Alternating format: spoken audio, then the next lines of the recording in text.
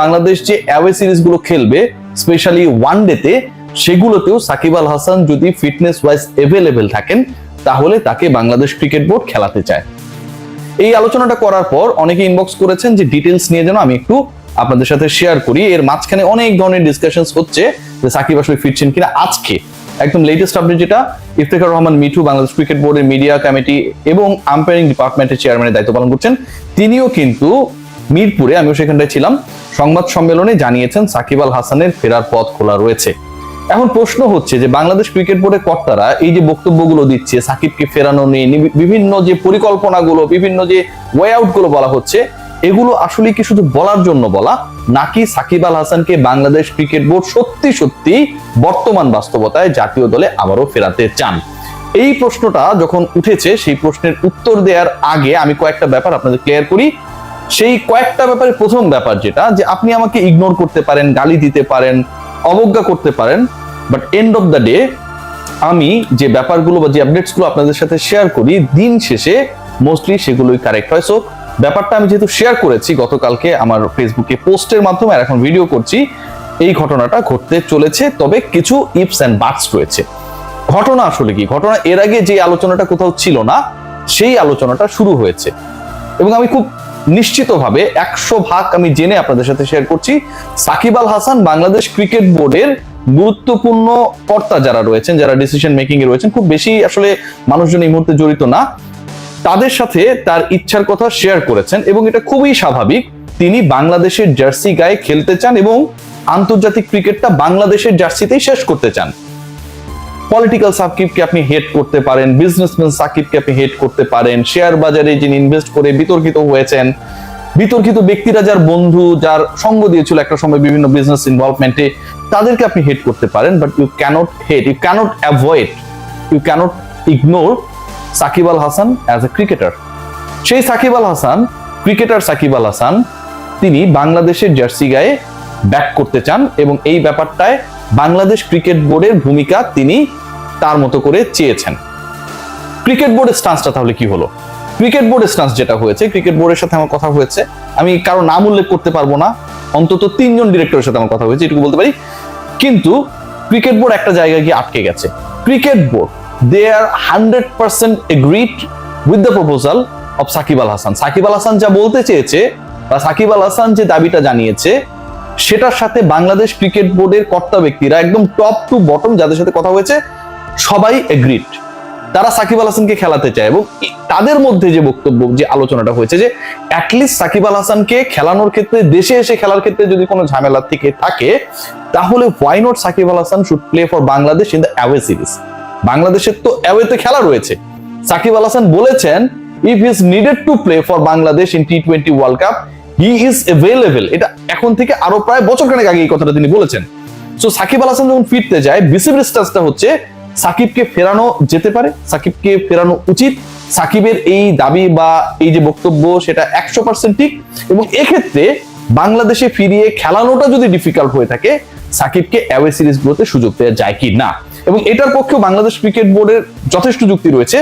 বাংলাদেশে যে রাজনৈতিক পট পরিবর্তন হয়েছে, সেই সময়টা আপনারা যদি খেয়াল করে দেখেন, বাংলাদেশ দল কিন্তু they were playing against Pakistan in Rawalpindi. Shakib Al Hasan was the part of that particular team, তিনি সেখানটায় রোল প্লে করেছেন। এরপরে নতুন যখন বোর্ড সভাপতি হিসেবে বিতর্কিত ফারুক আহমেদ দায়িত্ব নিলেন অগস্টে 21 তারিখে, তারপরে বাংলাদেশ দল আপনারা সবাই জানেন যে ইন্ডিয়ায় ট্যুর করেছে, সেখানটাও সাকিব আল হাসান তার শেষ টেস্টটা কানপুরে খেলেছেন। So he is available, he was available in fact after the political change. রাজনৈতিক পরিবর্তনের পরেও কিন্তু সাকিব আল হাসান জাতীয় দলে অ্যাওয়ে ট্যুরে অ্যাভেলেবল ছিলেন, যেহেতু ছিলেন। So upcoming away সিরিজগুলোতে Shakib Al হাসানকে অ্যাভেলেবল করা যায় কিনা, আমি মাঝখানে বলেছি দেয়ার আর সাম ইফস এন্ড বাটস, যেগুলোর জন্য আসলে Bangladesh cricket board despite having a huge interest to recall Shakib Al Hasan to the national team, তারা এগুতে পারছে না, and that is totally related to the politics. ঘটনাটা কি, এখানটা আবার দুটা ইস্যু রয়েছে, আমি আপনাদের সাথে শেয়ার করবো সবই আজকে, যেহেতু এই ব্যাপার নিয়ে তো আলোচনা চলছে। সাকিব আল হাসানও কখনো ইগনোর করতে পারবে না আমি এই মুহূর্তে যে কথাগুলো বলছি। প্রথম ফেনোমেনা যেটা, সেটা হচ্ছে অনেকটা এরকম যে সাকিব আল হাসানের ব্যাপারে বাংলাদেশ স্পোর্টস মিনিস্ট্রিকে আসলে কনভিন্স করা যায় কিনা দ্যাট বাংলাদেশের হয়ে সাকিব আল হাসান অ্যাওয়েতে খেলতে পারেন কিনা। রাজনীতিবিদ সাকিব আল হাসান যে বড় বড় কোনো অন্যায় কারসাজি করেছেন না, অ্যাজ আ পলিটিক্যাল ফিগার সেরকম কিন্তু এখন কোনো কিছু প্রুভেন না। তার বিরুদ্ধে ওই সময়টায় মামলা রয়েছে, যে সময়টা তিনি দেশেই ছিলেন না, সেটা কেউ বিশ্বাস করে না। সরকারের শীর্ষ পর্যায় থেকেও বিভিন্ন সময় বলা হয়েছে যে কিছু কিছু মামলা হয়েছে অনেক পলিটিক্যালস এর এগেনস্টে, যেগুলো আসলে ইনভ্যালিড বা ওই টাইপের কিছু একটা। তো সাকিব আল হাসান হত্যা মামলার আসামি বা এরকম কোন একটা কর্মকাণ্ডের সাথে জড়িত, এটা কেউ সরকারে যারা রয়েছেন তারাও ঠিকভাবে বিশ্বাস করেন না। পলিটিক্যাল ইস্যুতে সাকিব আল হাসানের যদি কোনো ইস্যুস থেকে থাকে, সেটা যদি গভর্নমেন্টের মধ্যেই এই ব্যাপারটা নিয়ে খুব বেশি কনভিন্স তারা না হয়ে থাকেন, সো ওই জায়গাটাকে ক্লারিফাই করতে পারলেই Shakib Al Hasan could play for Bangladesh, এরকম একটা সিচুয়েশন রয়েছে।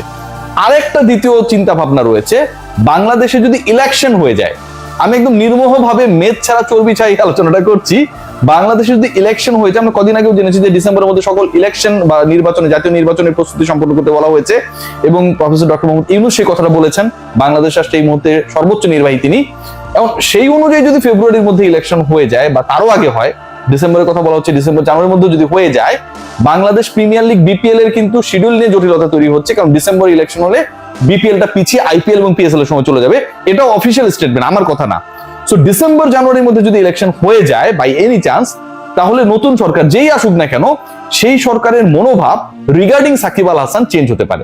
এবং সেটা যদি হয় যে সাকিব আল হাসানের মনোভাব regarding playing for Bangladesh national side, সেটা অ্যাওয়েতে হতে পারে, হোমে হতে পারে, নতুন পরিস্থিতিতে নতুন কিছুই হতে পারে, এনসিপি সরকার আসতে পারে, বিএনপি সরকারে আসতে পারে, অন্য কেউ আসতে পারে, যেই আসুক না কেন, নতুন সরকার যখন আসবে ম্যান্ডেট নিয়ে, তাদের অবস্থান বা তাদের স্ট্যান্সে পরিবর্তন আসতে পারে। সো সেটা যদি হয়, হুট করে সাকিব আল হাসানকে খেলিয়ে দেওয়া থেকে তাকে প্রিপেয়ার রাখাটা বেটার না?